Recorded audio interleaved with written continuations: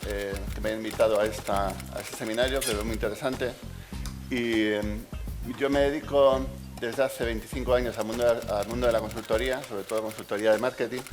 Y desde hace un tiempo formo parte de un grupo de investigación en neurociencias de la Universidad Rey Juan Carlos, donde hemos empezado a investigar un poco lo que es la aplicación de los últimos descubrimientos en neurociencias al mundo de la empresa. El mundo de la arquitectura está desde hace unos 4 o 5 años, ha empezado a surgir un nuevo paradigma. Ese nuevo paradigma es un poco fruto de los últimos avances de las neurociencias, de la manera, también de la progresión un poco de lo que es la investigación de la psicología ambiental. Y entonces, a partir de todo esto, recientemente, porque esto no hace más de 3 o 4 años, se empieza a hablar de un nuevo concepto que es la neuroarquitectura. ¿Qué es la neuroarquitectura? Realmente lo que se trata es de ver cómo se activa el cerebro ante los espacios arquitectónicos. Lo que se hace es, a través de aparatos de resonancia magnética, ver un poco qué áreas del cerebro se activan en determinados ambientes o en determinados espacios. Y lo que se trata es de ver las áreas del cerebro que se activan con determinados espacios, qué significado o qué impacto tiene en el ser humano, ¿no? Digamos que la neuroarquitectura trata de ir más allá de lo que son los temas de funcionalidad y estética de los espacios arquitectónicos. Básicamente, de lo que se trata es de ver cómo el espacio arquitectónico, la ordenación del espacio o el entorno afectan a la experiencia humana. Se trata de ver cómo los espacios pueden afectar a nuestra conducta, cómo pueden afectar a nuestra salud y también cómo pueden afectar a nuestras emociones. Al final, se trata un poco de responder a preguntas de este tipo, ¿no? O sea, ¿cómo afecta nuestra conducta el grado de privacidad que nos brinda el lugar de trabajo, por ejemplo? ¿Cómo interpreta nuestro cerebro el espacio en que vivimos? ¿Por qué los enfermos se recuperan más rápidamente en hospitales con amplios ventanales al exterior? ¿Cómo influye la luz natural en nuestro rendimiento? Aquí estamos hablando un poco de todo el tema de la arquitectura sostenible, la utilización de las energías, de la iluminación, pero aparte de todo eso también tiene un impacto en el ser humano, en sus emociones, en su conducta, en su experiencia diaria, ¿no? Y entonces la neuroarquitectura trata de ver un poco, de investigar, porque estamos ahora mismo en una fase muy inicial, pero se trata de ver un poco, de investigar cómo afecta todo esto, ¿no? ¿Qué ambientes generan más descontento y agresión? ¿Qué entornos favorecen esta colaboración en el trabajo? Luego ya veremos, pero por ejemplo, si es una distribución, dependiendo de que sea sociópeta o sociofugal, que luego veremos lo que es, puede dar lugar a que interacciones más con tus compañeros o no, ¿no? Luego también todos habéis visto que hay determinados espacios que nos inspiran sensación de bienestar y otros espacios que ocurre todo lo contrario, ¿no? Y sobre todo también se ha visto que determinados espacios también influyen en la producción de hormonas o en el grado de estrés. Esto fundamentalmente viene un poco enlazado, aunque no tiene mucho que ver, pero ya en la China milenaria se utilizaba el Feng Shui, no sé, me imagino que alguno de vosotros habéis oído hablar del Feng Shui. El Feng Shui es una técnica china milenaria que lo que trata es de armonizar las energías en los espacios, de tal manera que fluyan y no se estanquen. A priori podéis decir, bueno, pero ¿qué tiene que ver eso con el ser humano? Porque al fin y al cabo, a nosotros cómo fluyen las energías no tiene por qué afectarnos, ¿no? Bueno, según los últimos descubrimientos de la física cuántica y según el nuevo paradigma cuántico, el ser humano no deja de ser más que sistemas de energía en vibración continua. Si nos fijamos en eso, el cómo fluyen las energías en los espacios arquitectónicos sí tiene por qué afectarnos, ¿no? Realmente el Feng Shui es una técnica intuitiva, se sigue aplicando, se ha aplicado siempre, no tiene ningún fundamento científico, aparte de lo que puedo haber dicho ahora. Y bueno, está ahí. Posiblemente yo creo que con el tiempo se trate de integrar dentro de la neuroarquitectura. De momento está ahí. Y yo creo que la neuroarquitectura básicamente surge de 2 áreas, ¿no? Es una justaposición de 2 disciplinas. Lo que es la psicología ambiental, que llevamos hablando de ella desde hace más de 60 años, una cosa así. Ya Maslow empezó a hablar de ella, o Hort con su libro The Hidden Dimension hablaba un poco sobre estas cosas. Se ha investigado, pero más desde un punto de vista de psicología, el comportamiento de los seres humanos en los espacios. Y luego lo que pasa es que las neurociencias también se han unido a esa corriente por la manera en que os he hablado antes, ¿no? Al final aquí veis, por ejemplo, este es un dispositivo de realidad virtual para analizar la respuesta del cerebro a las señales arquitectónicas. Se trata simplemente, pues, de una persona, está como si fuera un juego en 3 dimensiones, lo tiene instalado y va por diferentes espacios arquitectónicos y lo que se va viendo es, según los espacios con los que interactúa, qué áreas del cerebro se le iluminan con neuroimágenes. Y se trata de entender o qué impacto pueden tener esas imágenes del cerebro, las áreas que se activan, qué impacto tienen en el ser humano, ¿no? La primera institución que se ha creado, o de las primeras que se crearon hablando de neuroarquitectura, pues no es muy reciente, es el año 2003, es la Academia de Neurociencias para la Arquitectura de California. Aquí os dejo una página web, yo creo que es la más completa sobre el mundo de la neuroarquitectura. Aquí podéis entrar y haceros una idea de qué tipo de cosas se están haciendo.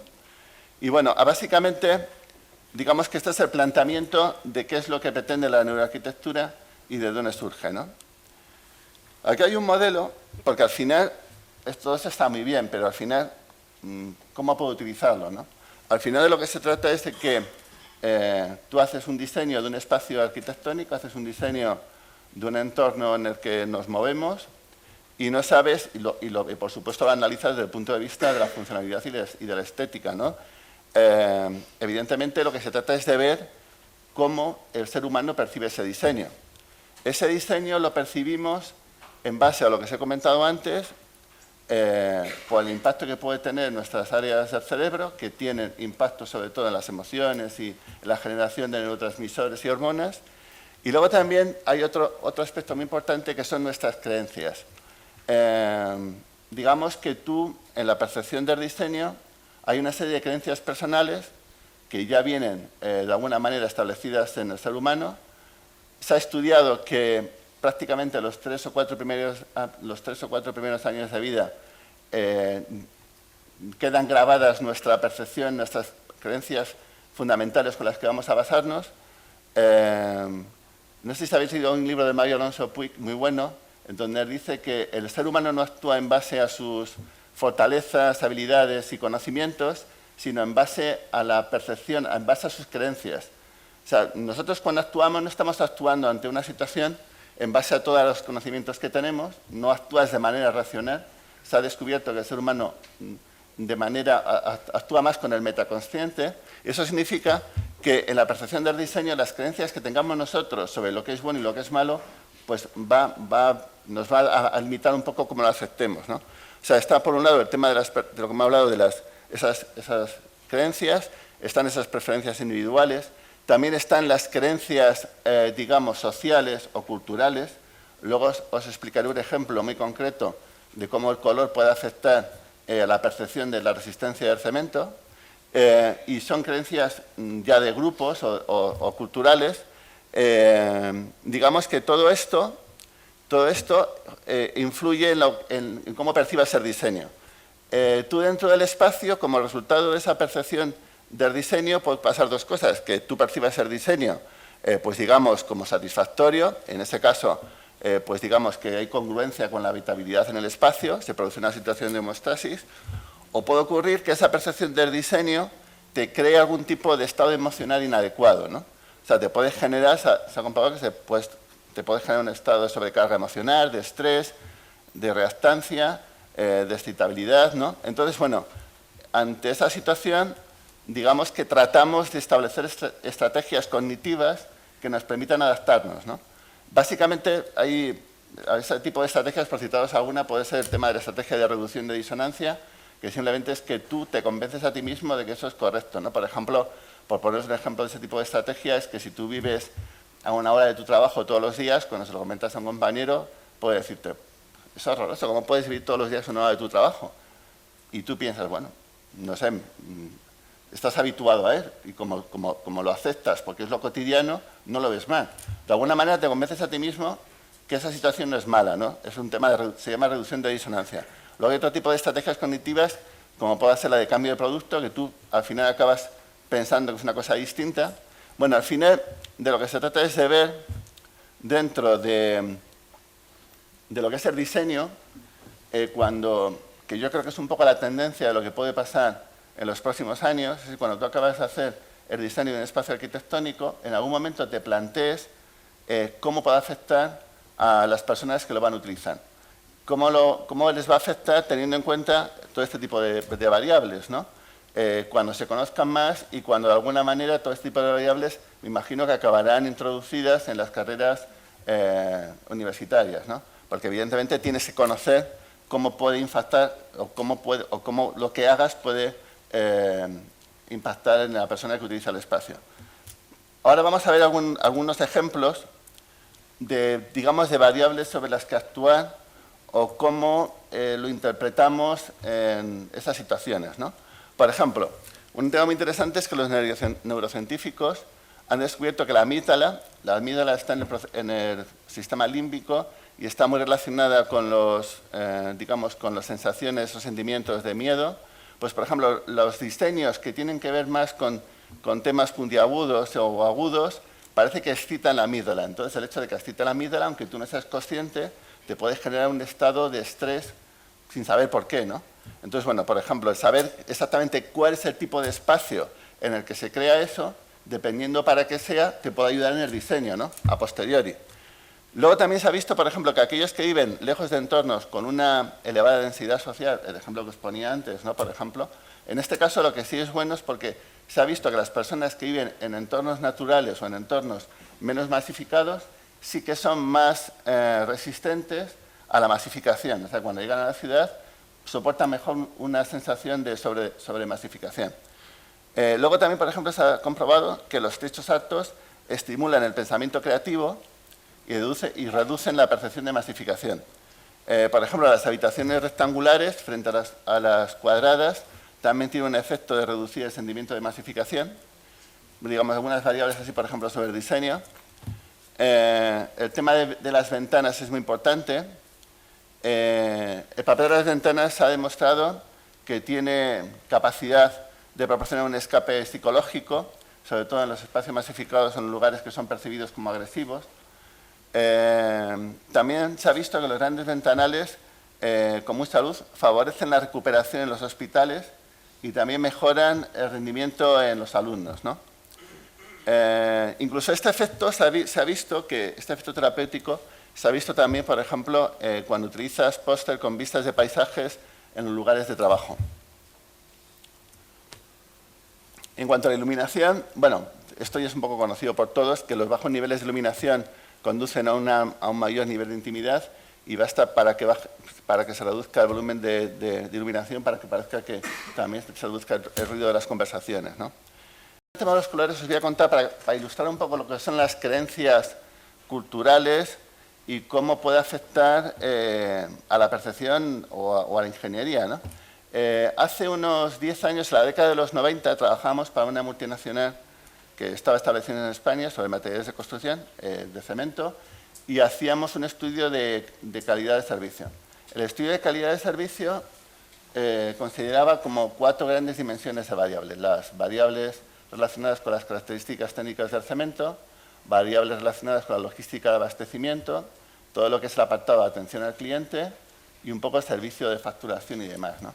Con relación a las variables o características técnicas, lo que medíamos era un poco la calidad o el nivel de satisfacción con relación a la resistencia 1-3 días, resistencia 7 días, resistencia mecánica 28 días, la uniformidad de resistencia, el color, uniformidad de color, ese tipo de variables, ¿no? Bueno, pues sistemáticamente, después de los 2 o 3 primeros años, veíamos que el cliente, sobre todo en la zona de Levante, obtenía una valoración muy baja con relación al principal fabricante que había en la zona, que era Valenciana de Cementos, que ahora es CEMES.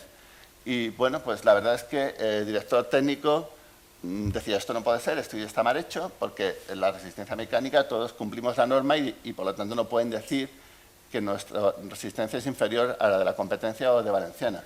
Tampoco pueden decir que nuestra uniformidad de resistencia es distinta, ¿no? Bueno, al final, después de 3 o 4 años en la que de manera sistemática no se entendían los resultados, les propuse hacer un estudio cualitativo porque para, de alguna manera, profundizar en conocer por qué se daban esas valoraciones, ¿no?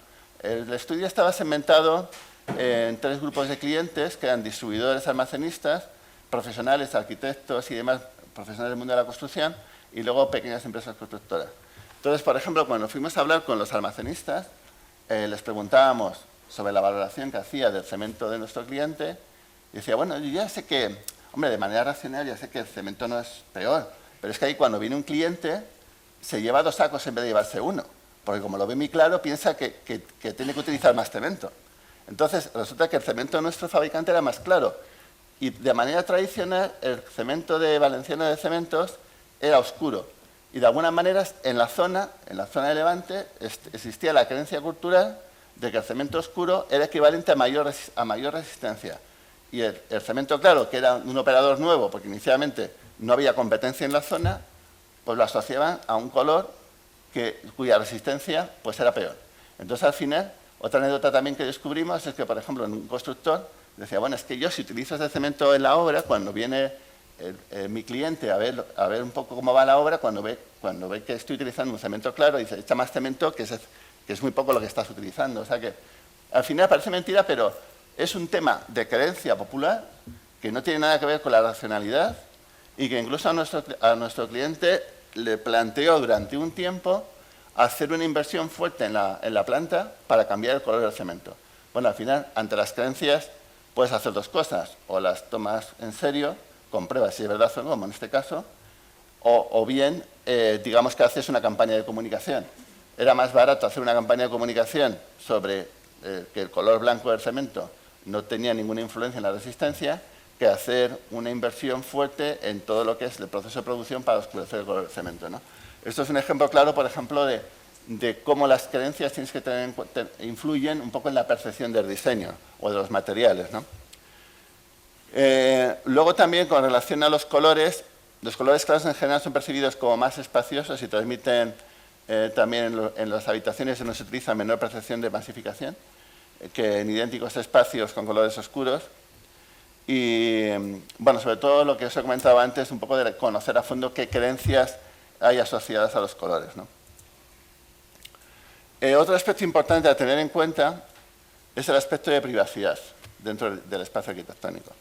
Entendemos por privacidad la capacidad de ejercer un control selectivo del acceso por uno mismo por el grupo al que se pertenece, ¿no?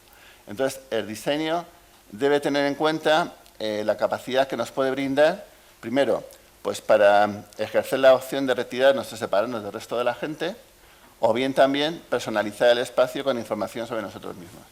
De alguna manera esto ocurre mucho, por ejemplo, en las oficinas. Si os fijáis que la gente rápidamente intenta personalizar su lugar de trabajo, su lugar personal, aunque tenga como puede pasar en un call center, que tiene un espacio muy reducido de 1 metro cuadrado, pues rápidamente se personaliza, ¿no? O sea, es muy importante sentir que en el espacio donde estamos es un lugar que identificamos como nuestro, ¿no? En general, digamos que los ajustes de privacidad se pueden establecerlo bien con barreras físicas o con barreras psicológicas, incluso psicológicas. Y, bueno, las barreras físicas, sobre todo, bueno, pues se trata de posibilidad de utilizar estructuras que particionen el espacio interior, ¿no? Digamos que como líneas generales se puede establecer que las barreras que nos bloquean la vista de otra gente aminoran el impacto que puedan ejercer, ¿no? Entonces, en este sentido, por ejemplo, lo que es el mobiliario, podemos utilizar lo que son distribuciones sociofugas, que son este tipo de distribución y organización del espacio permite evitar la interacción social, o otras distribuciones sociópetas, que es todo lo contrario. Entonces, como ejemplo de lo que es una distribución sociofugal, aquí veis, por ejemplo, este es el terminal de American Airlines en San Francisco. Si os fijáis en el esquema, un poco las flechas indican un poco la posición de la mirada de la persona cuando se sienta. Aquí en este diseño se evita la interacción social entre las personas, ¿no? Y eso es un ejemplo de cómo queda diseñado. Al final, bueno, es una distribución que tienes que decir si la tienes que utilizar o no en función de cuál es el uso que va a tener el espacio, ¿no? Y en función de conocer si las personas que lo van a utilizar prefieren qué tipo de preferencias tienen, ¿no? Un ejemplo, por ejemplo, de distribución sociópeta, bueno, todo lo contrario, son distribuciones del espacio que de alguna manera facilitan o hacen que interactúes con los demás. de manera obligada. Con relación al mobiliario, por ejemplo, otro dato interesante es que las plantas de interior tienen la capacidad de hacer que el espacio sea percibido como confortable y más atractivo, mejorando también el rendimiento de las tareas repetitivas. Y luego también se ha visto que se relaciona la calidad estética del espacio con el sentimiento de confort, el estado emocional y la disposición de ayuda y colaboración con los demás. De alguna manera, pues, con este planteamiento que os he hecho, y sobre todo más cuando lo que es esta disciplina siga avanzando y se siga divulgando, yo creo que el planteamiento correcto sería que una vez que tú has terminado tu proyecto de diseño arquitectónico, de alguna manera te pongas a pensar en los usuarios, ¿no? Habitualmente nunca se ha llegado a pensar actualmente pues, cómo va a afectar el espacio a las personas que lo van a utilizar, ¿no? O sea, digamos, cómo puede influir en sus emociones, en su rendimiento, en su conducta. Evidentemente, para hacerlo tienes que tener un conocimiento técnico de cómo es, que es un poco lo que va a brindar esta disciplina. Y sobre todo también habría que hacer otro estudio, aparte de, digamos, los conocimientos empíricos que puedan proporcionar este desarrollo de las neurociencias aplicada a la arquitectura, habrá que investigar también un poco las preferencias y las creencias de los usuarios, que al final es un poco cómo encajar las dos vertientes. Cómo afecta a nuestro cerebro todo el espacio, las emociones, los neurotransmisores, todo esto, y también un poco las preferencias individuales, que es un poco, digamos, la vertiente de la psicología ambiental, ¿no? Bueno, básicamente esto es un poco lo que quería transmitiros. Es una primera aproximación de lo que puede ser la neuroarquitectura. Es una disciplina nueva, que seguramente muchos de vosotros sea la primera vez que oigáis hablar de ella, y yo creo que con el tiempo pues cada vez se impondrá más, y yo creo que será importante y ayudará bastante a que dentro de lo que es el concepto de arquitectura sostenible también se considere al individuo y le ayude a tener un mayor bienestar, ¿no? Bueno, pues muchas gracias por vuestra atención.